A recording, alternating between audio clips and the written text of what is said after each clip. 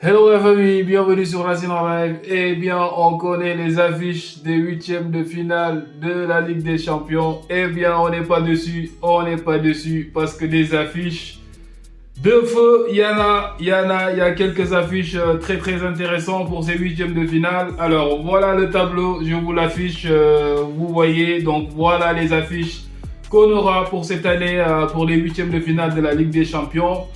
Voilà, Paris, Chelsea, Galatasaray, Liverpool, Real de Madrid, Manchester City, Atlanta, Bergame, Bayern de Munich.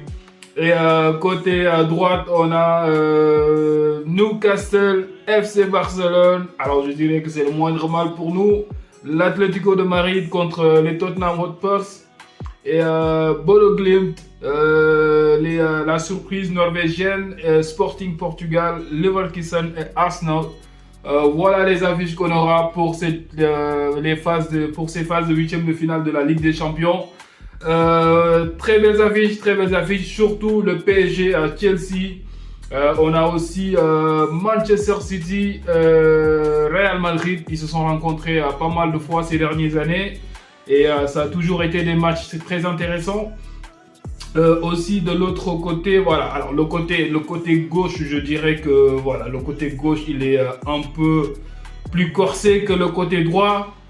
Si vous voulez mon avis, franchement, parce que les deux affiches de ces huitièmes de finale, c'est PSG, Chelsea pour moi et Manchester City, Real de Madrid. Voilà les deux affiches. Nos amis merengues, ils ne sont pas du tout gâtés. Ils ne sont pas gâtés du tout. PSG qui tombe sur Chelsea, qui pouvait tomber, voilà. Donc ces trois équipes-là pouvaient se rencontrer, c'est-à-dire Chelsea, Paris et Barça. Barça, voilà, le tirage a été clément pour nous cette année. On s'en plaint pas, parce que d'habitude on n'est pas gâté. Cette année on est gâté.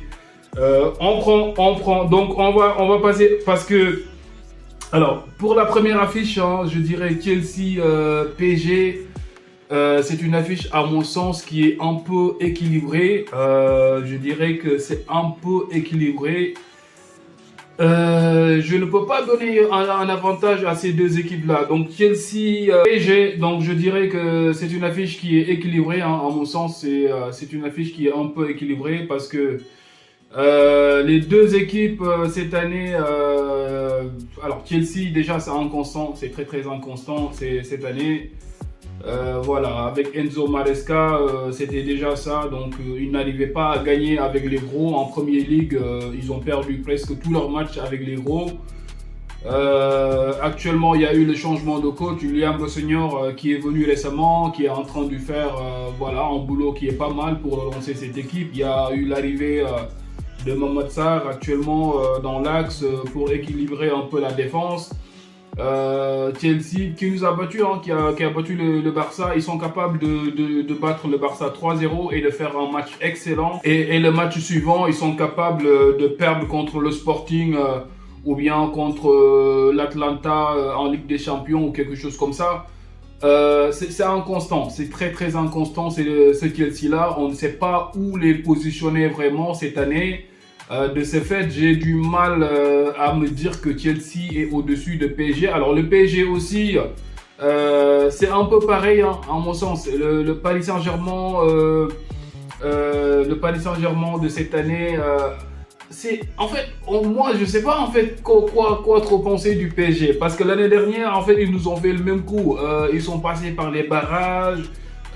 Ils se sont frayés leur chemin, ils ont battu tous les Anglais, ils se sont retrouvés en finale, ils étaient champions. Tu te dis pas que... Alors après oui, donc en fin de saison, ils pratiquaient un jeu exceptionnel, flamboyant, le milieu de terrain, Vitinha, et c'est très fort avec Neves et tout ça. Donc... mais cette année, je sens que le Paris Saint-Germain est un peu plus prenable que l'année dernière. Mais je dirais que c'est un duel qui est équilibré à mon sens. Après, je ne peux pas dire que l'une des deux équipes est au-dessus de l'autre à mon sens. Alors, après, vous me direz ce que vous pensez, qui a l'avantage sur ce duel-là, sur les commentaires. N'hésitez pas à me dire ce que vous pensez.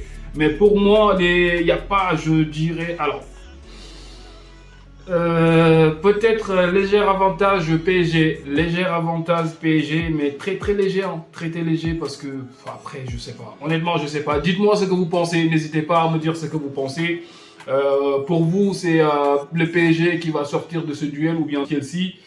Dites-le moi dans les commentaires. Alors pour l'autre affiche, Galatasaray-Liverpool, alors là, il y a pas grand-chose à dire, hein, même si les Reds de Liverpool cette année, c'est compliqué, très très compliqué. Même Mo Salah, ça fait 5 ou 6 matchs qu'il n'a pas marqué avec son équipe et tout ça, mais normalement, les Reds devraient gagner ce match, mais attention à Galatasaray de Osimhen, faut faire attention parce que les Turcs, ils peuvent faire un coup, ils ont sorti la Juventus, voilà, donc avec des scores vraiment fleuves dans ce match-là. On a eu des 5 buts ou même plus, je sais pas. Du coup, mais bon, normalement, Liverpool devrait sortir. Donc pour moi, Liverpool devrait sortir de ce duel. Du coup, ce qui fait qu'on aura soit un PSG Liverpool ou bien Chelsea Liverpool. Parce que l'autre match, je saurais pas vous dire. Je saurais pas vous dire vraiment. Manchester City, Real, et bah voilà, pour moi, ça c'est le match de ces huitièmes de finale. C'est vraiment l'affiche à regarder. Nos amis merengues qui héritent de Manchester City, les merengues actuellement qui ne sont pas en très très bonne forme avec la blessure de Mbappé. D'ici là, certainement Mbappé sera de retour. Très certainement, il y a la blessure de Militao, il y a la blessure de Bellingham. On va surveiller le statut de ces joueurs-là d'ici là. Alors Manchester City qui a commencé très très mal cette année, hein. Ils n'étaient pas très bons cette année en début de saison, mais actuellement Pep Guardiola a su pour moi remobiliser son équipe. Actuellement il se retrouve, il a trouvé pour moi son effectif et actuellement City c'est solide. Ils ont fait une belle remontée, ils sont deuxième en championnat derrière Arsenal. Ils ont un match de retard. S'ils gagnent le match de retard, ils seront qu'à 2 points derrière les Gunners. Du coup, sur ce coup-là, Real, ils sont sortis du piège de Benfica, mais sur ce coup-là, je ne les sens pas. Parce que si on regarde l'historique de ces deux équipes-là en Ligue des Champions, c'est équilibré. C'est très très équilibré les duels. Parce que c'est 5 victoires pour City, 5 victoires pour Real et 5 matchs nuls entre les deux équipes. Donc 25 buts marqués de l'un côté et de l'autre côté 26 buts. Donc c'est très très serré et très très équilibré entre ces deux équipes en Ligue des Champions. Mais je vais donner, bien sûr que je vais donner l'avantage à City. Alors vous me dites ce que vous pensez, mais moi je dirais que actuellement City ils sont mieux lotis pour sortir de ce duel. Après c'est le Real, c'est la Ligue des Champions. Le Real, la Ligue des Champions, ça peut toujours faire des dingueries, on ne sait jamais. Mais pour moi, City, ça sera City. Donc éventuellement. On aura un City Bayern, donc Bayern qui aura l'Atlanta Bergame. Et sur ce duel-là, le Bayern va gagner, il n'y a pas à décortiquer normalement. Tranquille, Bayern, ils battent le Bergame et ils vont avoir Manchester City et qui sera une très très belle quart de finale City, le Bayern de Munich. Et entre le Bayern de Munich et Manchester City, je verrai Bayern qui sort et qui va affronter soit Chelsea ou PSG en demi-finale. Donc ce sera le Bayern qui aura soit Chelsea ou PSG. Et ce sera soit Bayern ou Chelsea ou PSG en finale de ce côté-là. En tout cas, ce côté-là, il est très très relevé. Il y a des très très bons matchs. Et éventuellement, on aura des matchs de feu, on aura beaucoup de plaisir à regarder ces matchs-là. En tout cas, on l'espère. Alors de l'autre côté, c'est un peu plus tranquille, hein, un peu plus tranquille. C'est ce que j'espérais pour mon Barça. On a tiré notre Newcastle tranquille. Alors le Barça cette saison en Ligue des Champions, les gars, c'est compliqué, mon gars, c'est compliqué. Même les plus petites équipes nous ont battus. Quand des étoiles rouges arrivent à mettre en difficulté le Barça, n'importe quoi. Alors, en tout cas, avec le retour de nos blessés, alors actuellement, j'espère que le Barça va se ressaisir et le Barça va sortir de ce duel contre les Magpies. de Newcastle. Ça ne sera pas un match facile, mais pour moi, le Barça a largement les moyens de gagner ces duels et de passer en quart de finale. Quart de finale où on peut affronter soit l'Atlético de Madrid ou les Tottenham Hotspurs. Alors, l'Atlético de Madrid qu'on aura en Copa del Rey ce mardi prochain. Déjà, l'Atlético de Madrid qui nous a battu 4-0 à l'aller. Donc là, la mission remontada, elle est déjà lancée. Donc vous savez, le Barça, c'est la remontada. Le Barça, c'est la manita. Donc s'il y a une équipe qui est capable de remonter et de battre l'Atlético de Madrid. En tout cas, voilà, donc ils en parlent au sein de l'équipe. Il y a Rafinha qui y croit et j'espère qu'on va le faire parce que si on le fait, déjà on va les traumatiser et éventuellement on pourrait les avoir en quart de finale de Ligue des Champions.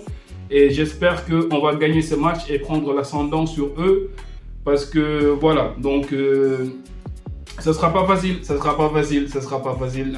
Moi j'y crois. J'y crois. J'espère que tous les Catalans croient en cette remontada. Je pense que les gars peuvent le faire. Ça sera compliqué. Ça sera très très compliqué d'aller battre 5 buts à cette équipe d'Atlético. En tout cas, s'il y a une équipe qui est capable de faire ça, je pense que c'est le Barça. Parce qu'on a vu PSG-Barça, la remontada. Ce match est gravé dans les annales du football, dans l'histoire du football. Donc dites-moi si vous pensez que le Barça est capable de remonter cet écart de 4 buts en Copa del Rey. Et aussi, dites-moi qu'est-ce que vous pensez de ce duel entre les Magpies et le Barça. Pour moi, le Barça va sortir de ce duel normalement. Et entre Tottenham et Atlético, je donne l'avantage à l'Atlético. Donc, éventuellement, on aura un quart de finale entre l'Atlético et le Barça. Et attention à Bodo Glimt Sporting. Bodo Glimt, les Norvégiens de Bodo Glimt qui sont la surprise de cette année en Ligue des Champions, qui sont en train de faire de très très belles choses. Alors, Bodo Glimt, ils ont battu pas mal d'équipes, de grosses équipes. Ils ont battu l'Atlético, ils ont battu, je pense, Manchester City, ils ont battu, qui encore Manchester City, ils ont battu l'Inter. Bodo Glimt qui est en train de faire des ravages sur son passage. Ils sont en train de faire des ravages. Donc attention à cette équipe de Bodo Glimt parce que s'ils sortent, ils vont avoir Arsenal qui aura Leverkusen. Normalement, les Gunners actuellement, c'est l'une des meilleures équipes en Europe. Si ce n'est la meilleure équipe en Europe actuellement, normalement, ils vont sortir tranquilles contre Leverkusen. Ils auront soit Sporting ou bien Bodo Glimt. Attention à Bodo Glimt. Attention à Bodo Glimt parce que les Gunners, tout le monde les attend. Tout le monde dit que cette année, ça sent l'année de Arsenal. Ils sont premiers en Première Ligue. On s'attend à ce que qu'ils soient champions en Première Ligue. Et on s'attend à ce que Arsenal, parce que déjà sur ce côté-là, Arsenal pour moi est largement favori. Même s'il y a l'Atlético et le Barça, cette année, Arsenal est au-dessus. On le voit sur leur performance, on le voit sur ce qu'ils sont capables de produire cette année. Mais Arsenal aussi, c'est les King of Choke. C'est les King of Choking, you know. Quand on les attend, c'est là qu'ils vont te décevoir. Donc, ce sont les chokers en puissance. Toi-même, tu sais, mon gars. Donc, on ne peut pas avoir 100% de confiance en cette équipe d'Arsenal parce que pas mal de fois, l'année dernière c'était pareil, toujours sur la dernière ligne droite, là où il faudra assurer. Arsenal, souvent ils ont l'habitude de craquer sur la dernière ligne droite. On verra. En tout cas, il y a de très belles affiches. Voilà, donc donnez-moi vos prédictions, qui vous voyez en finale. En tout cas, moi, ma demi-finale de ce côté-là, idéal, ce serait Arsenal-Barça. Donc le Barça qui bat l'Arsenal et qui va prendre sa revanche sur l'année dernière, qui va partir en finale pour affronter soit le Bayern, soit Chelsea, soit PSG. Et j'espère que ce sera PSG parce que l'année dernière, vous nous avez volé cette finale. Le Barça avait battu l'Inter. Ce but je sais pas, Acerbi ou Deserbi n'aurait jamais dû être validé. Ils nous ont volé. Il y a eu un penalty que Yamal a eu dans ce match. Ils nous ont volé. L'arbitre était juste pitoyable. Il y a eu faute sur Gérard Martin avant le but de Acerbi, ou c'est pas de Serbie.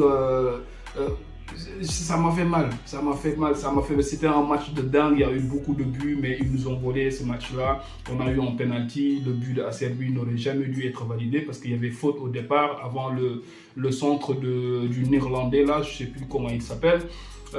Ils nous ont volé, on aurait dû être en finale. Inter, ils étaient pitoyables, ils sont partis en finale. Paris Saint-Germain les a humiliés 5 buts à 0. C'était juste, laisse tomber mon gars. Laisse tomber mon gars. Laisse tomber. Alors, n'hésitez pas à me dire ce que vous pensez de ces affiches de la Ligue des Champions, des huitièmes de finale qui arrivent. Ce sera des huitièmes de finale de feu. Ce sera de très bons matchs. On a hâte d'y être, les gars. Donnez-moi vos avis sur les commentaires. On va discuter de ça. On va partager nos avis. Donc, voilà moi ce que je pense de ces huitièmes de finale. Et j'espère que le Barça, même si c'est compliqué pour nous cette année, qu'on va arriver en finale. Et pourquoi pas gagner le trophée, hein, même si ça sera très très compliqué. En tout cas, j'y crois. Dites-moi ce que vous pensez. C'est Racine en live, les gars. N'hésitez pas à vous abonner, à liker et à activer la cloche de notification. Surtout, likez les vidéos, les gars. Likez pour le référencement. It's your boy Ras, and I'm out of here, guys.